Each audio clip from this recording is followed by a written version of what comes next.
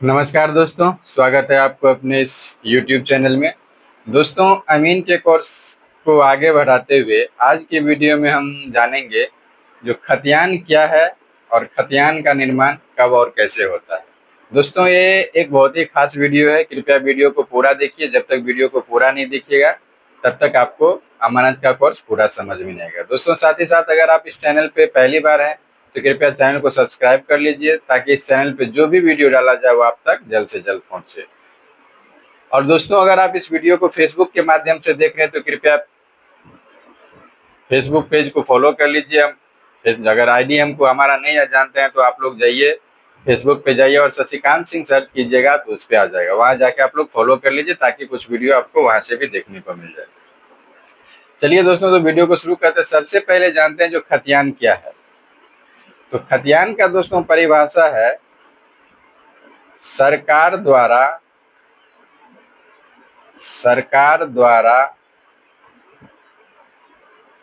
रैयत को मुहैया कराया गया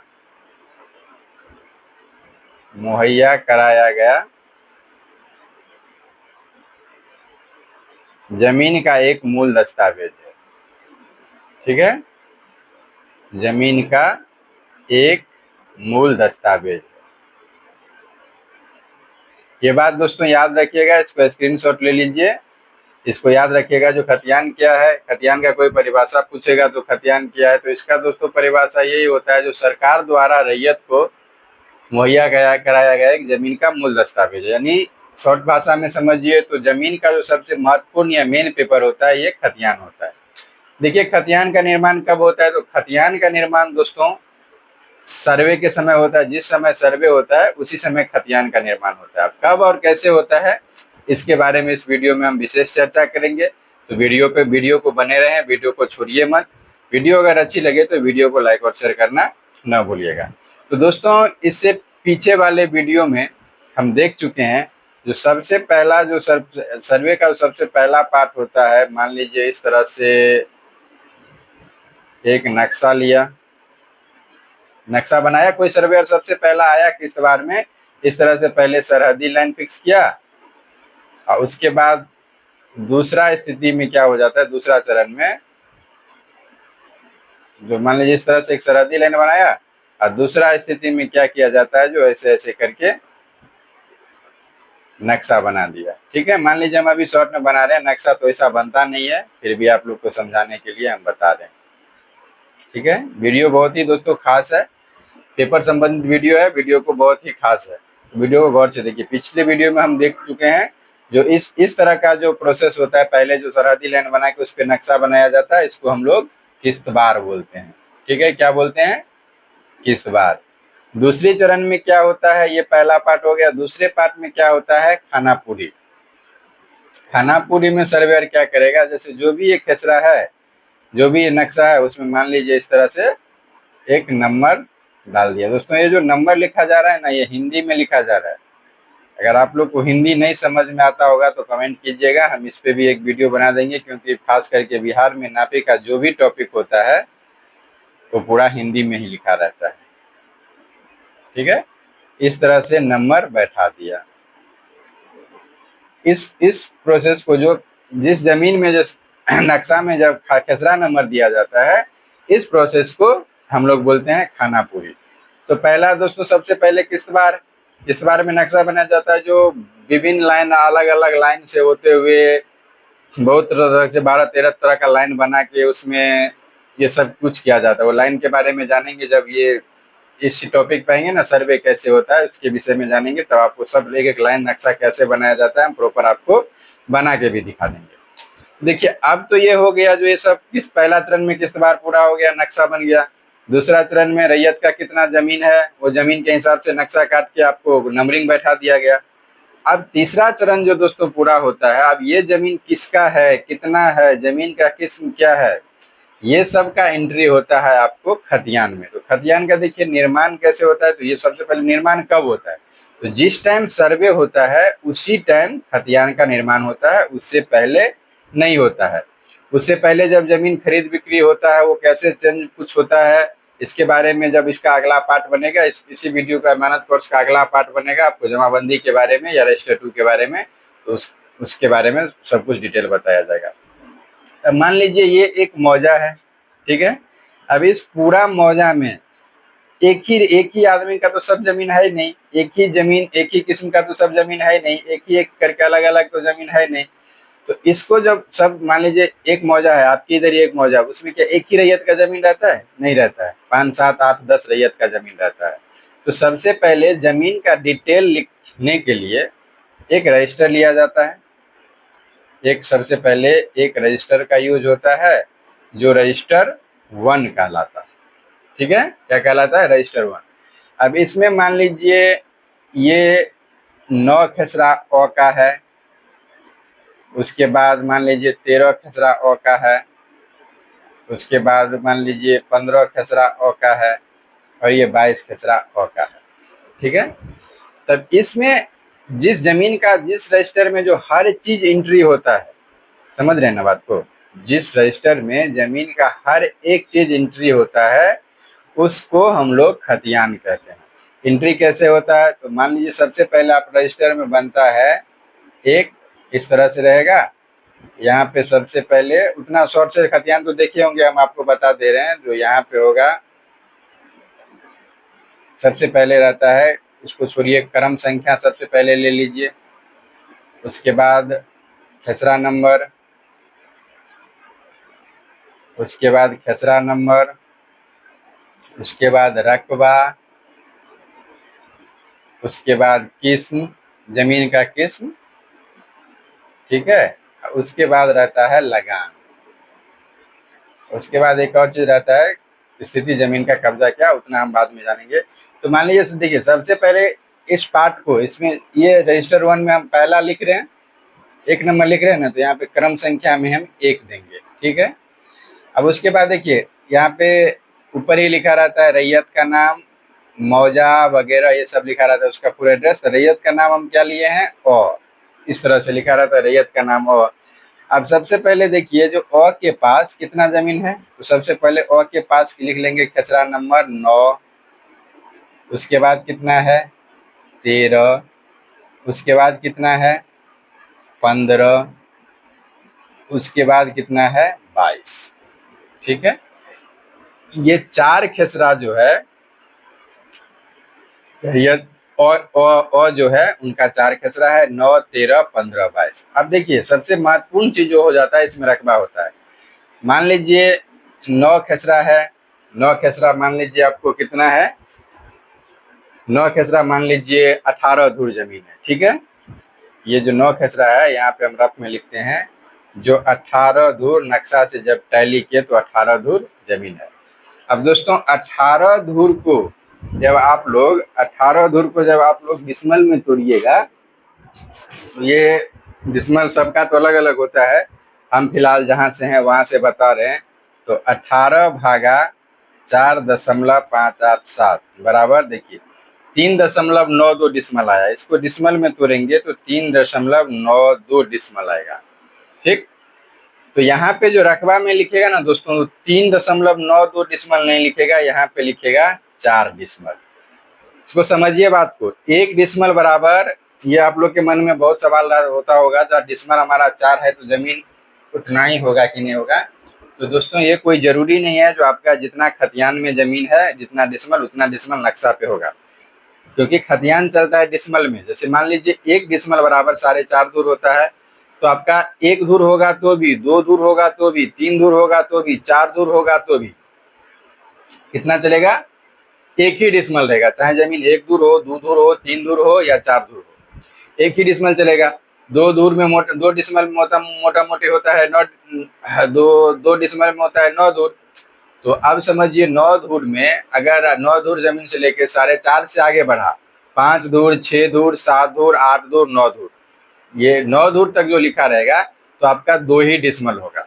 फिर 9 से आगे चलिए 3 डिसमल होता है 14 धूर, तो 9 से लेके 14 डिसमल के बीच में कोई भी धूर रहे ना, तो वो आपको 3 ही डिसमल वहां पे लिखाएगा। इसके लिए खतियान का रकबा डिसमल में होता है, तो उसका मान्य नहीं होता है, मान्य एक्चुअली होता है आपका जो नक्शा का रकबा होता है वही मान्य होता है। अब देख लीजिए यहाँ पे लिखेगा किस्म, ठीक। अब मान लीजिए ये जो जमीन है ये भीट है, भीट 2 है, ठीक। भीट 2 का मतलब हो गया जो जिसमें हर फसल उपजता हो, उसको भीट 2। जमीन का लगान, जितना लगान होगा वो इस पे लिखेगा। उसी तरह से मान लीजिए 13, खेसरा नंबर 13 है, वो 12 डिसमल है, ये धनहर 2 है, ये भी लगान जितना उस मौजा करेगा उतना फिक्स करेगा। मान लीजिए 15, ये खेसरा नंबर 15 है, ये सब मान लीजिए 5 डिसमल है, ये क्या है, बांसबारी है, तो यहाँ पे बांसबारी लिखेगा, ठीक है, लगान जो रहेगा ये। अब मान लीजिए ये खेसरा नंबर 22 है, ये 9 डिसमल है, यहाँ पे पहले घर बनाया हुआ था, तो यहाँ पे लिखेगा मकान में सहन, ठीक है। तो इस तरह से दोस्तों जिस जमीन में जब सर्वे हुआ, आप किनका कौन सा जमीन है, जमीन का किस्म क्या, ये सब तो लिखा नहीं रहता है, ये सब कैसे पता चलेगा? तो इसी को सबसे पहले रफ के द्वारा रजिस्टर 1 में तैयार किया जाता है, उसको बाद में चेक करके उसको फाइनल किया जाता है, जिसको हम लोग खतियान बोलते हैं। अब देखिए इसी खतियान में यहाँ पे सब जोड़ के लिखा रहता है, 4 12 4 16 16 5 21 21 9 30 डिसमल यहाँ पे लिख देगा, यहाँ पे 4 खेसरा है तो 4 खेसरा। ये तो समझ गए खाता नंबर, एक खेसरा नंबर हुआ, इसका जो क्रम संख्या है इसी को हम लोग बोलते हैं खाता नंबर। अब एक को तो समझ गए, इसी तरह से मान लीजिए आप एक और रैयत है जिसका है क, तो क का इसमें 6 खेसरा है, 12 खेसरा है, 14 खेसरा है, 23 खेसरा है, 17 खेसरा है और 5 खेसरा है। इस तरह से मान लीजिए उनका कितना खेसरा हो गया, 5 6 खेसरा हो गया। तो फिर इसी तरह से अब पन्ना उल्टाएगा, दूसरा पन्ना में वहां से रैयत का नाम में हो जाएगा, रैयत का नाम हो जाएगा, सबसे पहले रैयत का नाम हो जाएगा कि क्या, अभी हम क्या लिए हैं, क लिए हैं, तो रैयत का नाम हो जाएगा क।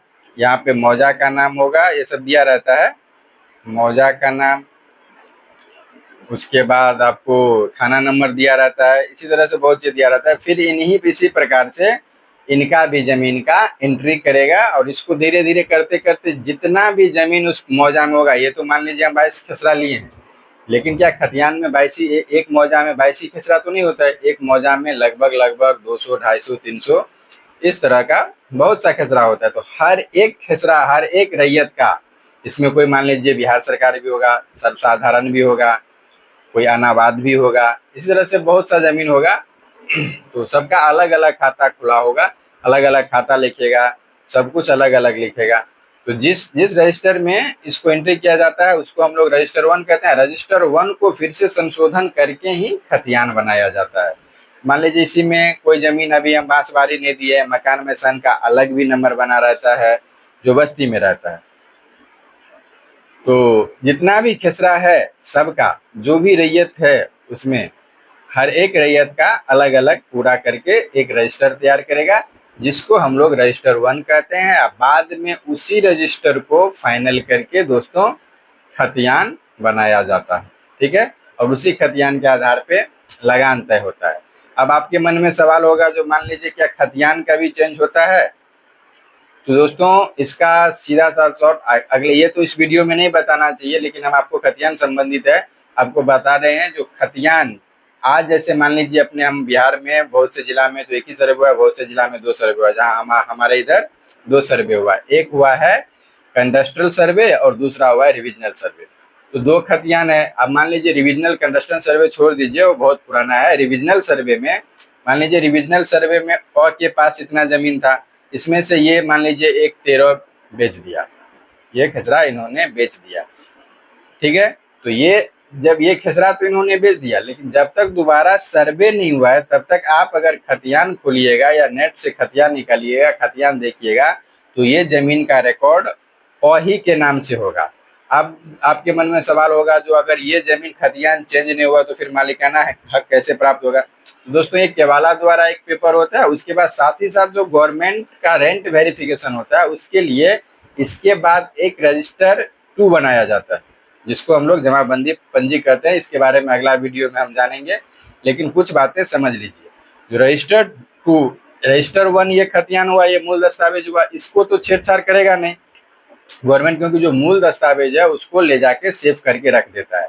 और एक सर्वे से लेके, जब सर्वे से लेके अब तक जितना भी रैयत के पास मान लीजिए जमीन है, उतना तो अब तक जमीन है नहीं, जमीन तो चेंज होता है ना, आज इनका है तो कल उनका है, कोई खरीदा कोई बेचा।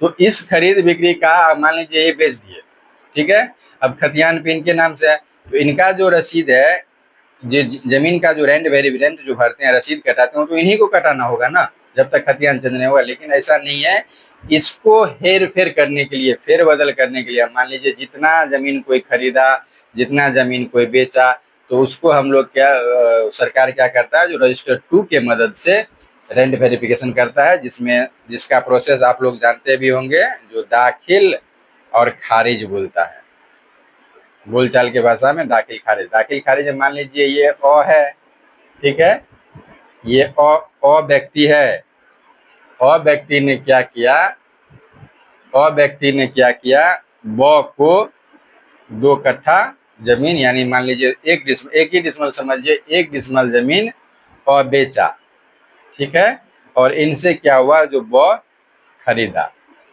तो नियमतः क्या होना चाहिए, इनके खतियान से 1 डिसमल हट जाना चाहिए। मान लीजिए 13 खेसरा में से 1 ही डिसमल बेचा, तो 11 डिसमल इनको होना चाहिए, ब में 1 डिसमल ऐड होना चाहिए। लेकिन ये क्या होता है, जो ये खतियान में चेंज नहीं होता है, ये रेंट वेरिफिकेशन के लिए जमाबंदी पंजी या रजिस्टर 2 में क्या होगा, 1 डिसमल इनमें से खारिज हो जाएगा, ठीक है, और जो खरीदा उनमें दाखिल हो जाएगा। जिससे क्या होगा, अब इसमें दाखिल हो गया तो इसमें दाखिल हो गया, यानी इसकी जमाबंदी में 1 डिसमल जमीन ऐड हो गया, तो अब 1 डिसमल जमीन का ये रेंट भरेंगे, और इनका जो जमीन बच गया इनका ये रेंट भरेंगे। जिसको ये सब पे तो हेर फेर होता है नहीं, इसको रजिस्टर 2 पे हेर फेर किया जाता है, जिसको हम लोग रजिस्टर 2 या जमाबंदी पंजी भी कहते हैं। तो दोस्तों, जमाबंदी पंजी क्या है, खतियान और जमाबंदी में क्या अंतर है, ये हम लोग अगले वीडियो में देखेंगे। तो इस वीडियो में आशा करते हैं दोस्तों, जो आप लोग खतियान के बारे में, खतियान का निर्माण कैसे होता है, खतियान का परिभाषा क्या है, ये सब समझ गए होंगे। अगर फिर भी कोई डाउट हो तो आप लोग कमेंट कीजिएगा, हम भरपूर कोशिश करेंगे जो आपके कमेंट का जवाब दे और सही आंसर करे। साथ ही साथ दोस्तों, आप लोग अगर को ये वीडियो अच्छी लगी हो तो वीडियो को लाइक और शेयर जरूर कर दीजिएगा। आपका एक लाइक हमको दोबारा वीडियो बनाने के लिए बहुत से मोटिवेट करता है। साथ ही दोस्तों, आप लोग अगर फेसबुक के माध्यम से इस वीडियो को देख रहे हैं तो कृपया पेज को फॉलो कर लीजिए, ताकि जो भी इस चैनल या पेज पे वीडियो डाला जाए वो आप तक जल्द से जल्द पहुंच जाए। तो आशा करते हैं दोस्तों, जो आप लोग सब कुछ समझ गए होंगे।